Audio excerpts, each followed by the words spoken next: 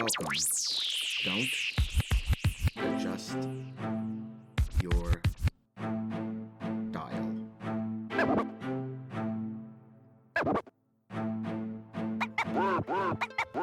Welcome everyone to the Lofi Poli Sci podcast. I'm your host, Michael Pickering. That's right, Lo-Fi as in low fidelity, low quality, in your face, messy as can be global news show. And today, it's Tuesday's top 10 list with our good friend of the show, Gregory Day, a writer, director, bookseller, and the voice behind Hipsville AD, the blog that is the one-man fanatical sect of God of subcultures with fervent ramblings of all breeds of cinematic pleasures. Gregory Day, my friend, how are you doing? Man, I'm doing fantastic. How are you? Oh, I'm doing good, dealing with these holidays and everything like that. You know. Oh yeah, I know. All right, let's go ahead and jump into this list. What top 10 film list have you created for us today? Yeah, we're doing a top 10 important films for anyone interested in filmmaking.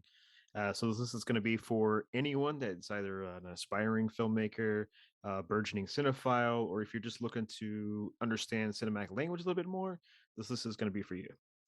Hey, so a quick question up top. So can people get anything for making their TikTok videos out of this? um, Probably not, but who knows? I mean, TikTok might be the next form of cinema, so who knows? Yeah. We'll see how it goes at the end.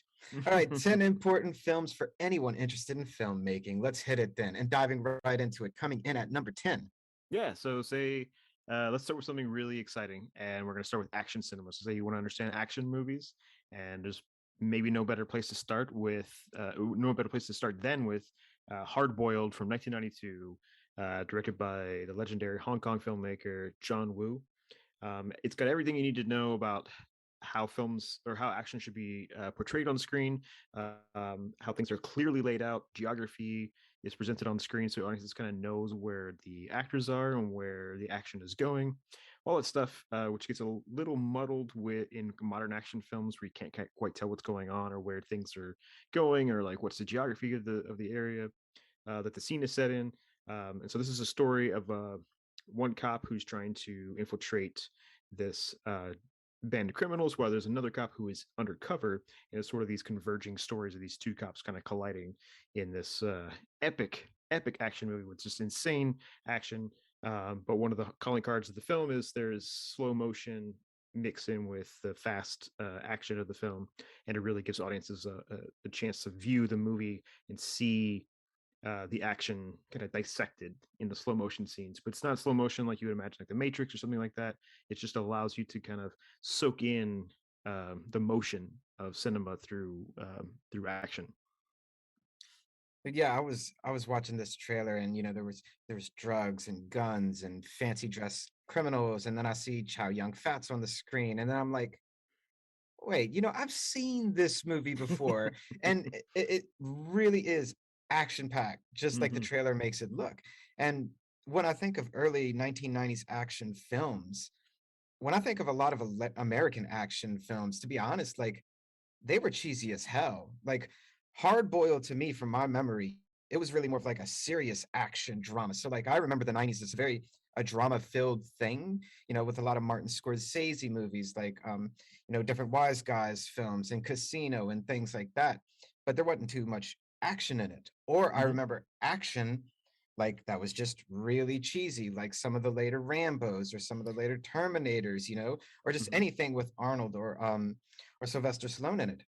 But Yeah, Hard GCVD. Boiled, yes, but Hard Boiled was an action-packed drama to me, is what I It really is, yes. remember. And it really made me wonder, like, why did Hollywood decide to go so cheese factor with their action whenever Hard Boiled presented a way to do action in a much more serious way? What do you Yeah, think about that? that's a good question. That's a good question because I think with Hollywood action films, especially coming out of the 80s, they're very focused on selling box office tickets, right? And having these giant stars in them. So but it also kind of really reflects our you know, political views at the time, the super militaristic, kind of blowing up um, people from other countries, so at least these sort of things like Rambo and like Commando, the Arnold Schwarzenegger film. But I was and just thinking of Commando. Commando, yeah. But the end of if you go to Hong Kong, where they're just action films are like ballet, they're out of the Peking Opera School.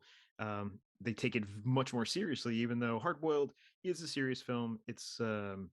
It does have a lot of homoeroticism, and it does have these kind of underlying goofy things to them. But when it comes to the action, um, it's superb. It's top notch. There's, to me, no action movie better made than this one. It's also got Tony Leung in it, who is one of the greatest actors ever. If you saw Shang-Chi this year, he played the villain in that movie. He's just a superb actor, and that brings a lot of gravitas to any movie he's in. So if he's in an action film, it's going to make it that much more better. I like it. I dig it. I dig it a lot. All right, let's keep going. What's coming in at number 9 for us? Yeah, number 9, we're going real old school here. But if you're interested in visuals comedy, there's no one better to look at than Buster Keaton. So we got to talk about Sherlock Jr. from 1924. Buster Keaton, obviously, if you don't know who he is, you should go find out who he is. One of the greatest cinematic clowns ever. But Sherlock Jr. it's a relatively short film. So if you're worried about watching a silent film, this one's only about 45 minutes long, so you can kind of get in and get out. But it's filled with wonderful visual gags about a projectionist who wants to be a super detective. He wants to be Sherlock Holmes, but he's not Sherlock Holmes. He's not that smart, and he's running around kind of trying to solve mysteries. But the movie, for the most part, is a dream. It's him actually dreaming about what his life would be like if he was a wonderful detective. And he kind of gets into these great visual gags, and kind of harkening back to the previous choice. Buster Keaton really is one of the forefathers of action cinema, because he does these great visual gags, but they're like these grand sort of action set pieces as well, car chases, jumping off buildings, these sort of things. So yeah, but the really wonderful thing about his comedy is he's always showing his characters in their surroundings, and you could see his full body. You see him taking the fall. You see everything about the gag. It's not really a lot of editing or anything. So if you're looking for comedy represented through the visuals of cinema, you can't go wrong with Buster Keaton. Dude, I dug this one. Watching the trailer, this isn't one I have seen before, but it was a trailer for an almost 100-year-old movie, and it really made me think, like, damn, people did whatever they wanted during these early days of movie making. Like, they were really trying to figure out, what they could do, how to make a movie, and also what American cinema culture actually wanted, what it was. Mm-hmm. And I think a lot of the visual comedy that you're talking about, when I think of early movie making, that's what I go to, black and white silent films that were comedy gags. So for this one, I think it's pretty cool to have it on the list. And Yeah, yeah. one thing I did pick up from it that I really kind of liked, but was curious about. So the Sherlock Jr. is going through his cue cards with the different rules, and one of them says "keep cool," and I was like, really? I was like, they used cool like that over like 100 years ago. I was like, man, that's Mhm. pretty interesting. It just made me think, like, how long have we been using that word? Yeah, yeah. I actually rewatched that movie right before we did this list, and it's so funny. There's a great gag in the film that I think has been used to death, is him going into a movie screen. Like he basically falls asleep, and he's getting closer and closer to walking up to the movie screen as he's in the audience, and he decides to step into it and disrupt the scene. And then the scene keeps changing, and he keeps like falling down as the scenery changes or whatever, or like animals are coming after him. And it made me think about television, like flipping the channels, which they had no context for in 1924, just flipping, surfing through channels. So yeah, Buster Keaton, way ahead of his time. Dude, I love it. I love it. And you're right. I think of a lot of movies and even TV shows that do similar things, like entering the screen and flipping the channels or fast forward and stuff like that. Really cool. All right, let's go ahead and jump to number 8. Where are we Yeah, going? number 8. So we got to talk about how to build atmosphere in movies, and there's no better genre than horror that builds atmosphere. And so if you're interested in like how to build terror and horror in film, how to scare an audience, there may be no better choice than John Carpenter's The Thing, which came out in 1982.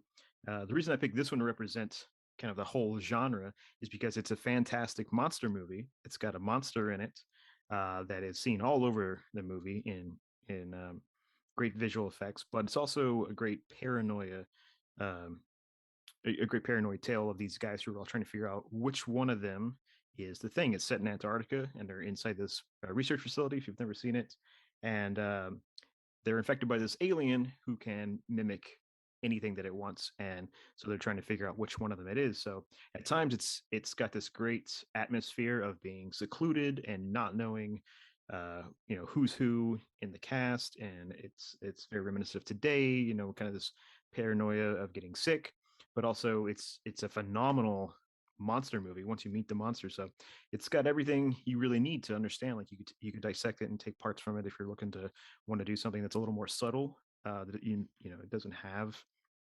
the monster in it. But if you're looking to go balls to the wall, full monster movie, it's got that too. So it's just it's probably for me it's one of my favorite horror films, if not favorite horror film. So it just got everything you can ask for from the genre. Okay, I don't really like horror, but as a matter of fact, I have seen this movie, and I've heard a lot of people talk about this and how really this is John Carpenter's masterpiece. It's really one of the best horror films ever, if not the best horror film ever. So I was really curious, to hear your take on it as someone's opinion about movies that I actually trust.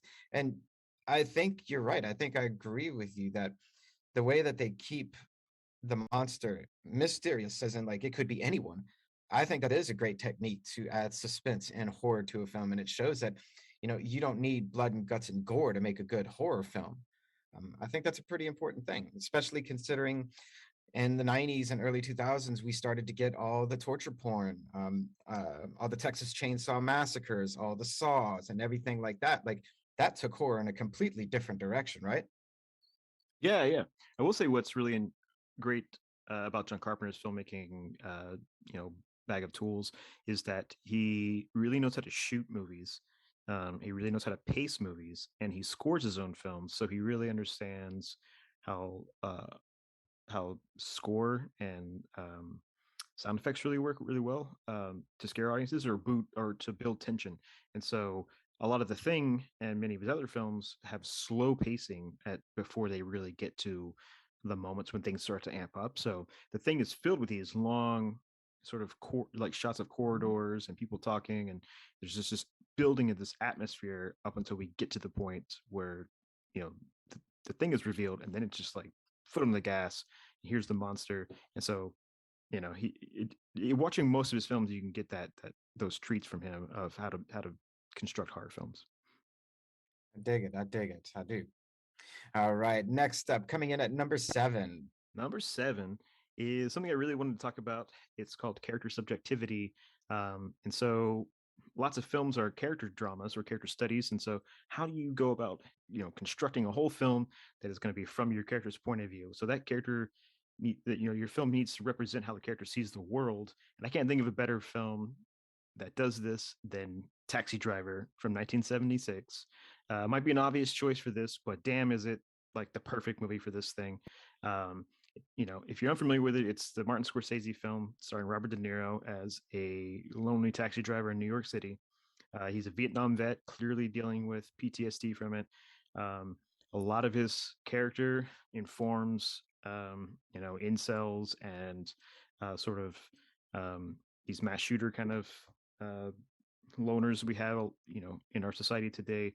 It's a person who is driving around trying to find human connection in one of the most depraved places in the world, in 1976. And just the way the film shows the streets of New York, these slow motion shots or just like tracking shots of things, or the way that the camera pushes in on characters that the main character Travis is looking at, it shows the whole world from this person's point of view. Now, I'm not saying character subjectivity is something you should definitely buy into as an audience. You should definitely, when you're watching a film and you see that there's subjectivity going on in the film, kind of question like, is this a product of the director, or is this a product of you seeing this through the character's eyes? And there's a lot of things that happen in Taxi Driver that are violent and disgusting, and a lot of things that are perpetuated by the main character. And so you see this, these kinds of things from his point of view, though. So um, yeah, it's just, and it's, of course, Martin Scorsese. He's just the master at doing this. Many of his films have you see the world through the character's eyes. And so yeah, Taxi Driver, just the perfect flick for crafting your world through your character's subjectivity. When I saw this on the list, my very first thought was you were actually the person who introduced me to this movie. And in fact, Hmm. I first watched this movie with you way back in the day, which is pretty incredible to think. Like, after all this time, you still hold this movie in such high regard. And I mean, this really is to me like the OG vigilante movie. Like we have a whole bunch of comic book movies now, and like people talk about the solo films of the comic book movies, for instance, and about character development, and like you're talking character subjectivity and really diving into the psyche of what it is to develop a character on screen. And I think you're right. None of those movies today are coming close to touching how deep of a dive you get into the mind of the taxi driver in this film. And I think you're right. Like this film definitely goes into some weird and pretty disgusting places for sure. So read up on this movie before you check it out, maybe. But I think this is a great example of exactly what you're talking about, of how to really take a film and dive into a character to flesh it out more fully. Something that I think a lot of films today are quite lacking of. Oh yeah, absolutely. I have to just throw in a little tidbit because, um, yeah, you and I watched this movie. I don't know, 20 years ago. Oh, Um, whoa, you didn't have to say that, buddy. but I showed another friend this film, and we were watching it later on in my life, and he asked me to pause the film. He had never seen it before. He asked me to pause the film, and then he was like, "I need to ask you something. Is um, is this guy crazy, or is it just me?" And I was like, he's like, because this whole film is just driving me crazy. It's driving me nuts. And so yeah, just how effective this film is. If you're interested in this sort of thing, it's highly effective. Yeah, for sure, for sure. Definitely is one of those movies that stand out over time. All right, and coming in at number six. Yeah, number six, interesting choice. It's a very difficult one to talk about because there's probably a 100,000 examples you could use for it, but I want to talk about cinematography. And so, basic cinematography, I'm going to talk about visual storytelling. And one of the masters of visual storytelling is Michelangelo Antonioni, the Italian filmmaker. And his feature, La Ventura from 1960, is a great example if you're looking for sort of a simple story, but it is it is complex, but it is a simple romance mystery. But the way he tells the story visually is what makes it super intriguing. It's the story of a bunch of like jet setters, two or three couples go out um, for like a day trip, and they go to this island. They sail out to this island, and then one of the women goes missing, and then things go really weird, and slowly the relationships start to shift and change, and you start to see different things about the characters. But the interesting thing about the way the story is told is that the cinematography um, is just this wonderfully large, like this wonderful large canvas of Italy, whether they're in a city or whether they're on the sea or whether they're on the island. It's always showing the characters in their um, surroundings, and whether that's and how it makes it very isolating, and how all these characters are kind of lost and overwhelmed by their surroundings, and just a complete urban isolationist tale. These people are they think they have it all. They're super wealthy and everything, but once you see them diminished by the ruins of Rome or on these rocky cliffs, they're completely lost. And he went on to make several masterpieces where his cinematography tells the whole story, even though there are things that people talk about in their plot points and stuff like that. But it's really when you watch an Antonioni film that you're looking at the visuals and how he represents the characters in the frame and their geography that really pulls off what he's trying to tell. Yeah, I really dug this one while watching the trailer, and I've never seen this one before, but it very much seems like it was an early version, or maybe the original. I'm not sure. Maybe you could tell me, but of like different movies like Babel or other films where it's telling multiple different storylines of people who are seemingly disconnected. They're not related, and it's somewhere down the line in the film through random chance they all get connected. But by starting off with multiple different stories that are disconnected, you're able to show so much scenery, so much more in the way of cinematography and visual storytelling, like you're talking about, going on the rocky cliffs of the Mediterranean or going into Rome itself. So I really dig the idea of using multiple different storylines and different characters to show extra bits of scenery to chew on. Yeah, I will say that actually it's the opposite of that. Um, Oh, is it really? where everything seems to be very connected at the beginning of the film. So it's like these all these friends, they're all together. They all there's even like a shot of the two women who were best friends, and the way that they're framing the shot is they're um, shot like the backs of their heads. I think they're brushing their teeth or something together, and always sees the back of their head. So they're so similar, um, and it's as one friend disappears, then everyone starts the things start changing in the film. I don't really want to spoil like what happens after that if you want to be surprised by the mystery of the film. um but it's really like once these things start to happen to these characters is it's then they start to drift apart, and you start to understand how maybe they weren't really that well connected, or how tight are their friendships, how tight were their romances. So yeah, it's interesting comparison to like a film like Babel, where like all these things kind of come together, whereas this film is like things start together and they come apart. I maybe even like that more because as they come apart within the movie and later into the movie, then you can really scope out into different screen locations and recording locations. And I dig the idea of telling a story through the cinematography. I think it's incredibly important because, well, I mean, having multiple different techniques in a movie keeps it interesting. But the background I like a lot, and I'm going to come back to that in another one of your choices, but I don't want to get into it Oh too yeah. too much. So let's go ahead and jump to number Yeah. 5. What do you have for us? Number five, talking about editing, and this is another one we could talk about in a multitude of variations on editing. And there's no like cinematography. There's no right way or wrong way. I mean, there are wrong ways to do stuff, but like there's so many different ways you could do stuff. So, what the film I want to talk about today is in one specific technique is to how to explore time and emotion through editing, and that film is In the Mood for Love from 2001, another Hong Kong film on this list. Um, it, you know, that's going to be a theme with me forever. So we're probably always going to talk about something from Hong Kong. Uh, but this film specifically is a period piece set in the 60s in Hong Kong, and it's about these neighboring couples. And one man and one woman find out that their respective spouses are cheating on each other with each other. So they're trying to understand the how an affair could happen, and so what they're doing is they're acting out the affair that their spouses are having together. And slowly, as they're spending time together, things get a little confusing. um, and so what's so great about this film is that it shows how time can change things, how um, we watch these characters change. Basically that's all movies are, right? Is something happening over time.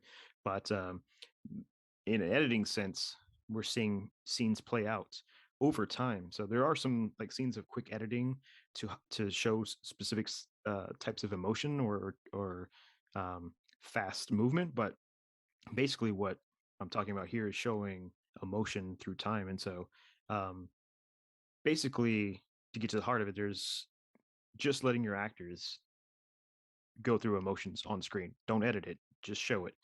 Let them do their job. And the reason this film is so successful in showing how people fall in love or experience heartache is because Wong Kar-wai, the filmmaker, knows exactly what he's doing and just letting his actors do those things on camera without editing. Granted, he shoots everything very beautifully, and he hires very beautiful actors to be in his film, so that it's not hard to look at. But when you're watching these films, you'll get the experience of being with someone in a room for a long time, and you'll see how those emotions carry through. Yeah, I'm pretty sure I've seen this one too, and I do remember it being a really slow burn of a movie, of a drama, but a really deep and thought-provoking movie. And yeah, the editing of it really makes you feel like the emotion so much more, and the length of the scenes, like you're talking about, the timing, the fact that you're spending more time in the moment with the people, you just get lost in the scene and in the emotions of the characters. And I remember really, really liking this movie a lot. Yeah, yeah. So we're talking about like time and stuff. So if anyone is interested in saying this, I just want to make sure that to be clear that the movie is only 90 minutes long. It's just like these scenes are appropriately long enough to convey things. Like there's a shot of someone that doesn't cut. He's thinking about what happened, and we see him go through the whole range of emotion, just processing stuff. So um yeah, to me this is like the bedrock of understanding how to show that stuff on the screen. So if you're looking to understand how to perfectly portray characters and their emotions, you got to see this one. I like it. I agree. I like this movie a lot for sure. All right, now moving on to number four. Yeah, number four, we're going to talk about dialogue, and specifically how to reveal your character and progress your story through dialogue. So this is not like snappy dialogue. So we're not talking about like Tarantino or David Mamet or anything like that. We're talking about if you're interested in just wanting to put your characters on screen, just have them talk, and there's not any action, there's no like plot points or anything like that. This is you got to go to France, and we got to talk about Eric Romer. He's the master of it. He basically created this whole way of filmmaking, which is bled down through probably every romantic comedy ever made after that, and then every, especially recently, every comedy where everyone is just talking all the time. Um, and I want to talk about his film, My Night at Maud's from 1969. Um, Many of his films all have the same sort of style where it's very simple camera work and the actors are talking and they're talking very naturalistically. And so he slowly starts to show you how things are changing and how the story is progressing as these people are talking long conversations, but they're never boring. My Night at Moz is about a guy who uh, he has a very specific idea of the woman he wants to fall in love with and marry and have a family with. He wants a blonde haired woman who is a Christian, and if he runs into a friend one night and they go out and they end up at one of his friends' houses, this woman named Maud, who is the opposite of the kind of virginal woman that he thinks he's in love with or wants to be in love with. And she's more mature than he is, and she's got dark hair, and I believe she's divorced. And there's in the middle of the film, there's just a long scene of them talking. It's the scene that references My Night and Maud's, and it's like a seduction of them just talking and slowly getting to know each other, and you as the viewer are just sucked into this thing, and there's nothing happening really. There's like nothing, um they're not running anywhere, they're not being chased by anything, they're not trying to achieve anything, but it's just the seduction of each other and getting to know each other that's just so captivating, watching these characters on screen.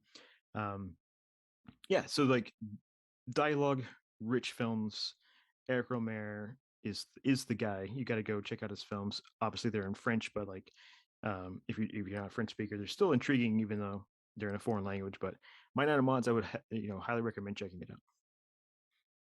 For sure. And one thing I'll say from the trailers, because I haven't seen this one either, is something that really caught me was dialogue without background music. Yes, yes. And even dialogue without background noise and many of the scenes that were shown. And it's the first thing that really grabbed me about this one. It really made me focus on what the characters were saying to each other because there was literally nothing else to focus on.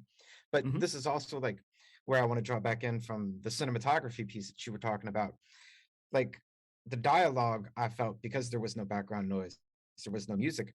I also kind of felt like you were drawn into the dialogue, but you were drawn into the set as well, or the scenery around the two people talking.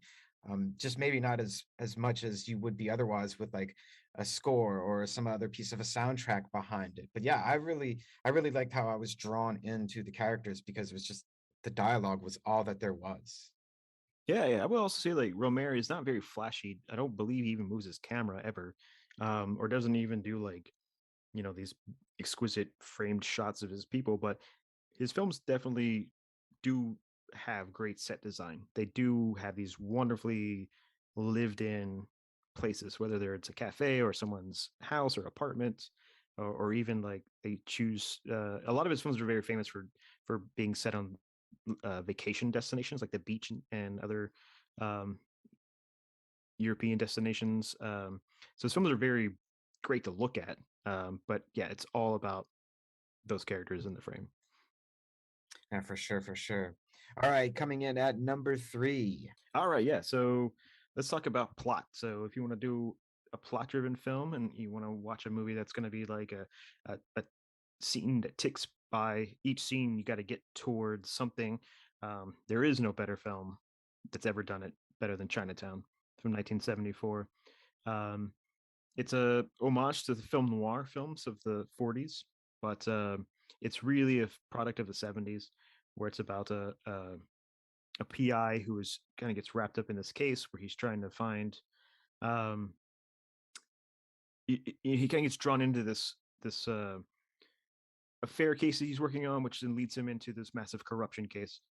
But what's really great about the film is that there are no throwaway scenes at all in this film. You can't take out a single scene because each scene progresses both the characters of the film, specifically the main character, which is played by Jack Nicholson, and the subsequent characters, but also each scene reveals something new about the plot and then propels you to the next scene. So if you're looking for something that's it's bare bones in the plot, but everything is working together. This is the one, because there were so many films now we watch them, they're overly long, the plot is overly complicated, you could cut out so much of it. But this film just works from beginning to end. It's all tied up, every scene is where it needs to be, and then they all need to be there to support the overall story. Chinatown does better than anything else. And like you said, this really did give me the film of an old school Humphrey Bogart film noir, Maltese Falcon kind of PI private investigator type of movie. And it intrigued me, which is exactly what these kind of mystery dramas are supposed to do. Just draw you in with such a rich plot that you can't help but pay attention and dive into the film. I liked it. All Yeah, right. yeah. Oh, go ahead. No, no, I was gonna say, it came out in 74, so as it is a homage to like those earlier films, but it gets really dark. I'm not sure if you've ever seen it, but yeah, it gets definitely dark, and it is definitely a reflection of how dark it must have been politically or socially during the time, the early 70s. But it isn't like a costume drama. I have not seen it, but I definitely caught my attention just watching the trailer for sure. All right, now getting to your number two. Yeah, so the opposite of plot. Let's talk about character-driven story, which is a film where you're much like Taxi Driver, where you're just following a character throughout it, but not necessarily. We're not necessarily going towards something. We're not necessarily trying to gain something. We're not, like a plot would. Plots like we got to rob the bank, or we got to pull off the heist, or we got to get, to A, B, or C. So we'll talk about just a film that's going to explore the characters in the world that they inhabit. And one of the best to ever do it is La Dolce Vita from 1960, another great Italian masterpiece from the same year that L'Avventura came out. This one directed by Federico Fellini.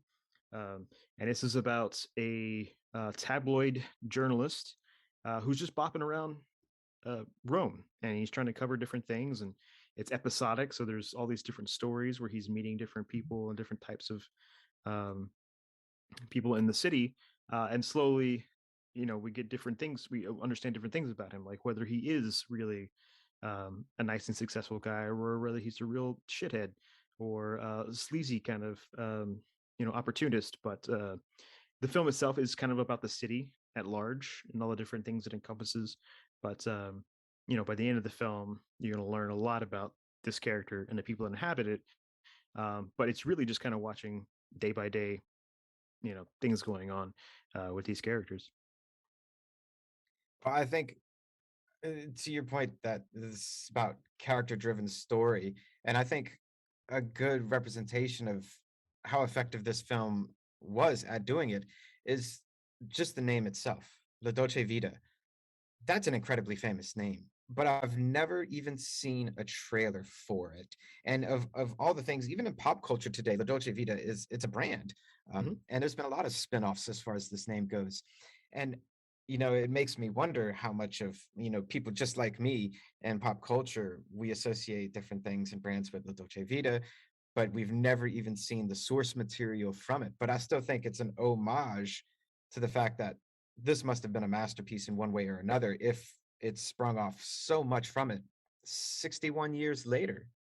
Yeah, so there's an interesting thing about the title of the film, which translates to The Sweet Life, is that it's an ironic title, because as you watch the film, you will learn that everything about the, or nothing about any of this movie is sweet. It's all superficial. And maybe that does gonna kind of go towards other uses of it.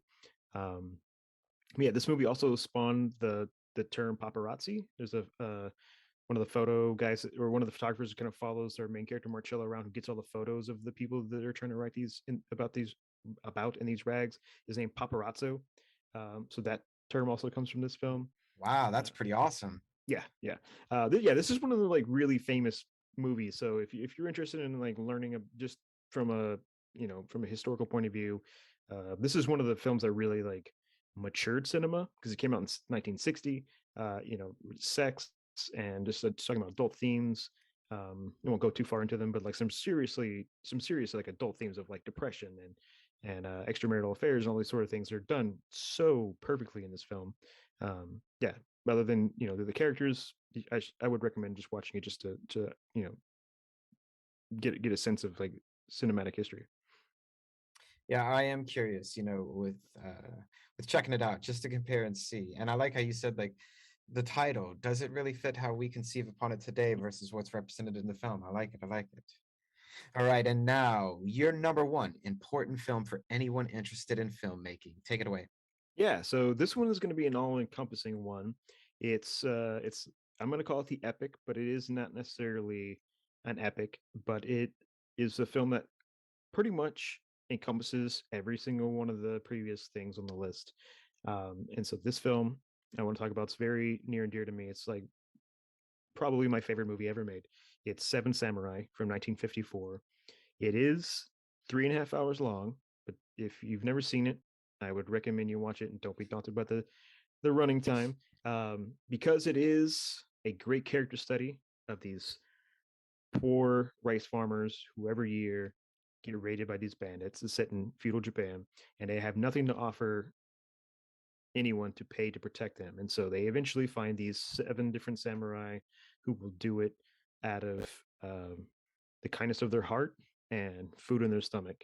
And so it becomes a culture clash between the farmers and the samurai as they gear up and get ready for the next raid from the bandits. So it does have a plot of them training and kind of getting ready for when the bandits will arrive, but you get to know over the long run time every single one of the main characters, and it's a huge cast of them. It's not just the seven samurai, but it's all of the important townsfolk, the town elders, the younger people.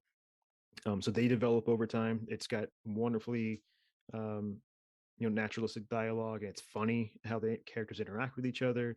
And of course it gets to the end of the film, which is almost like an hour of the film, where the action starts, and it is, even for 1954, still holds up today as some of this amazing action sequences of people fighting on horses and shooting arrows and fighting in the mud and the rain.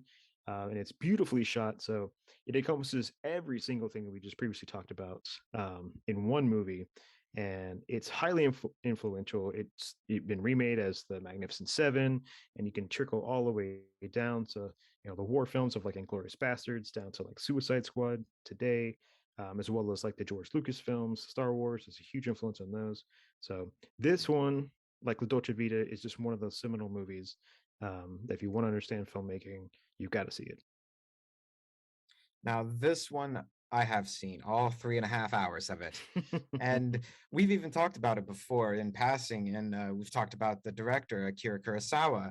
And I agree with you. Number one on the list. This is a masterpiece that, in my opinion, inspired all of Hollywood. Like, even the examples you named, you could have named a whole lot more than that. And it's also why I was extremely excited to see what you actually thought about this movie as far as filmmaking and what you thought this added to the world of cinema more than any other film. Because, like you said, this greatly influenced Hollywood, but I'm ignorant to if this influenced other countries' film industries in a similar way. Do you know if it did? um, I mean, I think yes, because it is definitely seeing an influence of Hollywood filmmaking on Akira Kurosawa. So um, there are other examples I would say that have direct remakes from other countries, but like if you look at spaghetti westerns, huge influence from the samurai films of the 50s from Japan, and those films were made in they're a remake of an American genre, but they're taking all the action points and the character dynamics from the samurai films into those films. So, because Akira Kurosawa's film Yojimbo was remade as A Fistful of Dollars in Italy, which then reignited the Western, and so like there's so much you know interplay going on. Um, but yeah, I mean, just Akira Kurosawa's shots of landscapes and the way weather is presented in his films. I mean, it just so much of his stuff just kind of bleeds into influencing everyone who came after him. That's awesome. I mean, I kind of figured that would be the case for a director to have such, and even just this film specifically, to have such an effect on all the techniques in Hollywood. I would only imagine that it was that influential in other countries' movie making as well. So yeah, that kind of makes sense to me. Yeah, he's one of the greats. So if you want to actually if you've never gone out of your way to watch the classics of like world cinema, you could just watch like 10 Akira Kurosawa films, and it's like it's like a manual in itself to understanding movies. Right, and there you have the list. But now, as is our custom on any top 10 list, it's time to dig a little deeper. And Gregory Day, you why'd you choose this list? I mean, the 10 important films for anyone interested in filmmaking. I want to know why you went that direction, but also this is our last top 10 of the year. Like, period. Why did you want to end the year with this list? Well, I was thinking about doing like a top 10 Hallmark Christmas movie list. But I didn't have enough time to watch 10 Hallmark Christmas movies. So Who but does? I also thought you would have been like, what the hell? But yeah, I kind of wanted to do a softer list and kind of like one that had a little more pop culture to it, or something that would be more accessible. Um, it's the holidays coming up. People are going to have a lot of time off. So if you're interested in any of the things that we talked about today, it's a great list to be able to spend a lot of time with. And of course, you get to dish on a bunch of films. And I know you'd seen some of these, so it's a good way to wrap up the year. Yeah, this is the list that I've seen the most of. I've seen half of these films. So I was like, yes, yes, yes. More to talk about. Was excited. And anytime you want to do like a Hallmark holiday theme list, we could. Like if you wanted to do a New Year's list or maybe a shorter movie list, but a Mardi Gras movie list, that would be Ooh, kind of be interesting. Although all right. I don't know if I even know of 10 Mardi Gras movies. We may just have to have like movies that had Mardi Gras in them. Yeah, yeah. All right. Well, let me also ask you, do you have a couple runners up, that almost made your list, but not quite? Because important films for anyone interested in filmmaking does seem kind of broad and subjective. So I wanted to give you a chance to throw some other shout outs out there. Yeah, one thing that really was really tricky, and I ultimately didn't go with it because it was just really hard to kind of narrow one down because it was even uh, harder to talk about than like cinematography and editing is sound, because sound is such a huge part of filmmaking, um, in a way that's almost invisible. And so I didn't pick one there, and I still couldn't pick one here because there are some films that are about sound, but it's not necessarily going to speak to every kind of movie because your movie's about sound. So one that I did have a runner up is the adaptation, um, and which is a huge thing now because we have the comic book movies and we have the teen movies like sci-fi fantasy films, the Harry Potter stuff, and Hunger Games, and there's just over the course of cinema history, there's been a ton of novels adapted to the screen. So one movie that I have to give a shout out to in the adaptation realm of cinema is The Conformist, which is a great novel from Italy, but it's a amazing film. The novel is so interior about a fascist in Italy who was sexually assaulted as a child and kind of like kept this internal feelings and everything inside of him, and has kind of conformed to everything with the fear of being revealed of who he truly is on the inside. Is just his just general fear of expression, and he's just conformed to everything, and he's basically been conforming to being a fascist. And the book is so like about so much about his interior workings and his fear of like being found out. It's a very hard thing to do in cinema, but the film is gorgeous. It's beautifully shot. uh, Bertolucci is the filmmaker who makes beautiful looking movies, and his depiction of a fascist Italy. This movie's made in the 70s. This fascist Italy is just exquisite. It's got this blue lighting. And to me, this film is really the one that kind of kicks off the way films of the 70s look as we're coming out of the 60s. So it's like the way The Godfather looks and the way many of the American films look. Um, takes from this film, the way the shadows are, the way the light sources are. So yeah, adaptation. Obviously, to get into adaptation, kind of have to know the source material, but reading The Conformist, which is a great read, and then watching the film, you see how great job of adapting that kind of story to the screen really is. I dig it. I dig it. Adaptation, you're right. There's so much adaptation and readaptation and readaptation. I like it. It's a never-ending cycle. Yeah. So yeah, I dig that choice. All right, now I want to ask you in the same realm of things, but get a little more personal with you. So this list was about 10 important films to watch for anyone interested in filmmaking. But now I want to ask you as a filmmaker, what advice would you give people who are interested in making movies? Yeah, I mean, really, this list is to help them develop different filming techniques and to see it. But what would you tell them just starting out? Yeah, I would say I have two things to say about that. One is do it because you have the passion to do it, because you have to do it. Don't do it because it's an avenue to make money or because of certain trends or something like that. I think like anything, you should do it because you're passionate to do it. And two, if you're going to make a movie, you better goddamn well make it visually dynamic, in a way that your story dictates, obviously, but don't forget that it's a visual medium, and all the other parts of that support that. So whatever decisions you're making for your film as you're going into it, whether it's a 10-minute movie or you're making a feature long movie, just remember that you got to think about it in visual terms. So how you're placing the actors, where you're going to put the camera, where things are moving, all those sort of things. I can't stand a movie that is just flat and boring, and you're looking at it and it's so painful to look at when you're like, man, you could have done something to just spice up the scene and just make it a visual representation of the medium that you're in. So do it visually and do it with passion. I like it. I like that a lot for sure. And a final question for you, one we always ask.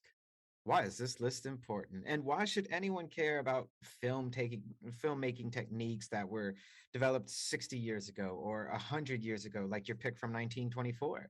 Yeah. So tell the good people, why is this list important to you? Yeah, it's important to me because, I mean, if you want to understand these things, then you got to watch, you know, the masters at work. You got to go back. You got to understand what everyone's done before you. So I really love the idea, or the line that Scorsese has said over and over again, that you've got to go back and you've got to study the masters. He's someone who, even in his 70s today, he says he still goes back and looks at old films to understand how the people who crafted this visual language created all that stuff. Even at his age, he's still trying to understand and learn stuff. So I take that to heart when I'm trying to understand movies. And so, yeah, if you're interested in any of this, even if you got to go back 100 years, you got to study the masters. You got to know that things, how things work, things work visually, the language of this medium. Um, you know, there's so much more than just what's coming out today. So I understand every generation is going to be inspired by what's coming out today, but how did we get here? Go back and watch all these things. I like that. How did we get here? Very nice, very nice. Incredible, my friend. Simply marvelous. And let me say, thank you so much for coming on today, as always. But before we go, I always like to ask you, what's the latest thing you're working on with Hipsville AD that the good people can search for? Yeah, right now I'm actually working on archiving my guest spots on this show. So slowly punching them up on the blog there so you can get a little more concise overview of each of the movies on each of the lists that I've represented here. So I'll be slowly rolling those out. I got the first one up. So go check it out over there. It'll kind of give you the director, who the main stars were, the plot rundown, a little descriptors. So it'll be a little more concise than you and I talking back and forth. It's not an exact transcript of the show. Um, but yeah, you'll be able to kind of read through them and check it out. I like that. Definitely check that out, people, because if you're not sitting there with a pencil and paper writing down everything he's saying, this is a great place to go back and check, who directed that movie. Oh, I missed number seven. What movie was that? Who are the actors and actresses in the movies, Go back and check out Hipsville AD for sure. And go ahead and tell Lo-Fi listeners where they can find you at Hipsville.